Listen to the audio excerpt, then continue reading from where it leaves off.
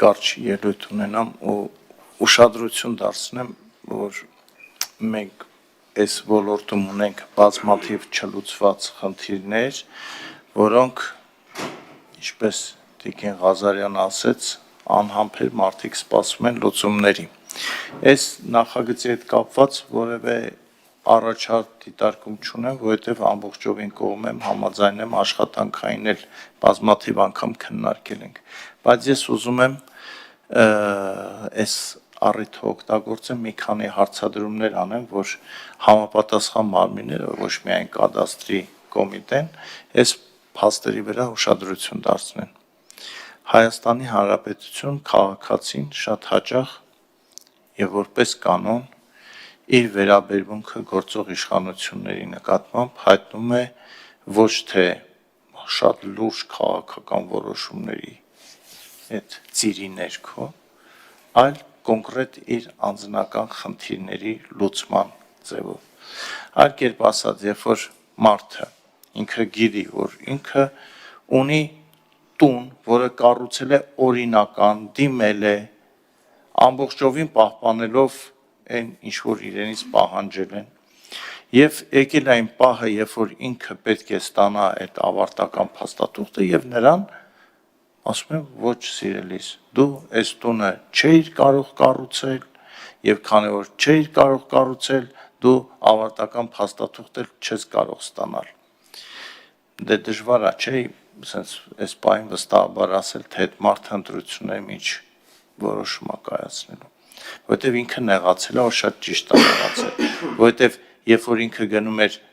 տուն կառուցելու, թող իրեն ասեն, գիտես ընկեր, դու չես կարող այս տունը կառուցել, որովհետև կադաստրային փաստաթղթերում ինչ որ անճշտություն կա, բեր քեզ օգնենք այդ խնդիրը լուծել, բայց ոչ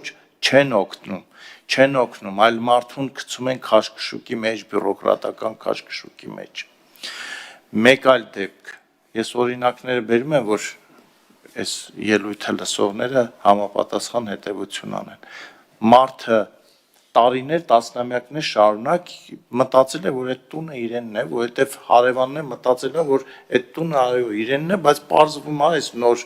տեխնոլոգիաների օգտագործումով, որ այս իր տան մի մասը դա հարևանի տարածքն է, իսկ հարևանի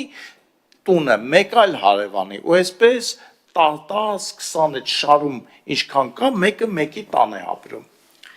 Այս խնդիրը ո՞նց ենք լուծելու, որովհետև մարդը ունի նորոգման խնդիր, ունի բարելավման խնդիր, ի վերջո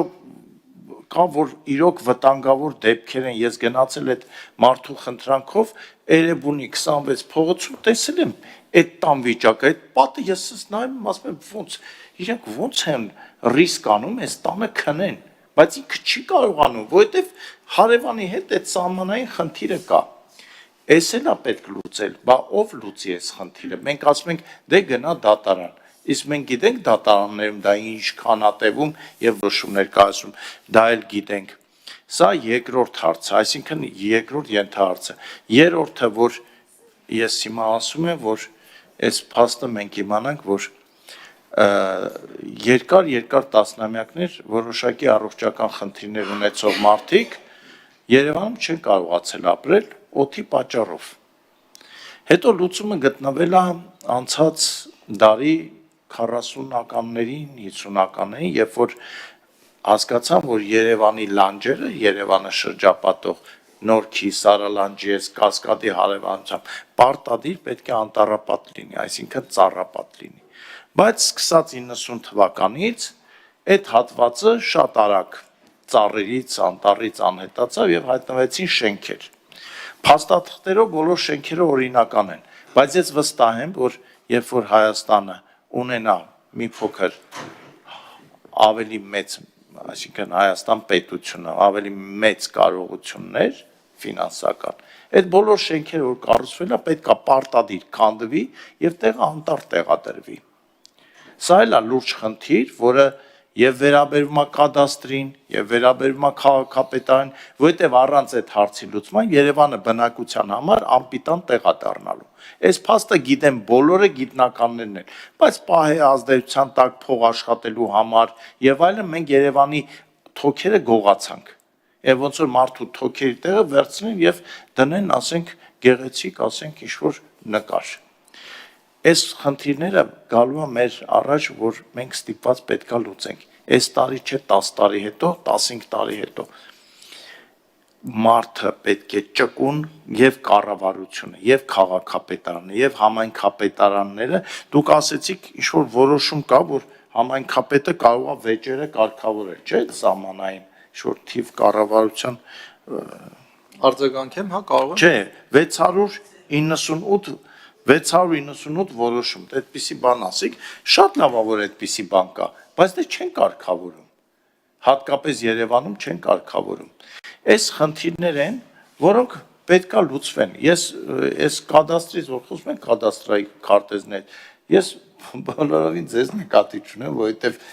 ասենք այո, հիմա անունը կադաստրային քարտեզ է, դուք եք կադաստրի կոմիտե, դա ձեր խնդիրը չի։ Հիմնականում ձեր խնդիրը չի, դա համայնքային խնդիր է, դա քաղաքապետարանների խնդիրն է, բայց ի վերջո այս խնդիրները մենք պետքա լուծենք, մարդիկ սպասում են այդ որոշումներին, ու որոշումները չկան, եւ ես կոչ եմ անում համապատասխան մարմիններին, հատկապես Երևանի քաղաքապետարանին, համայնքային ղեկավարին, ճկուն գործուն առաջարկներ ներկայացնել, ինչ փոփոխություն է պետք անել այդ օրենքներում, որոշումներում, որ այդ մարդկանց խնդիրը մենք կարողանանք լուծել։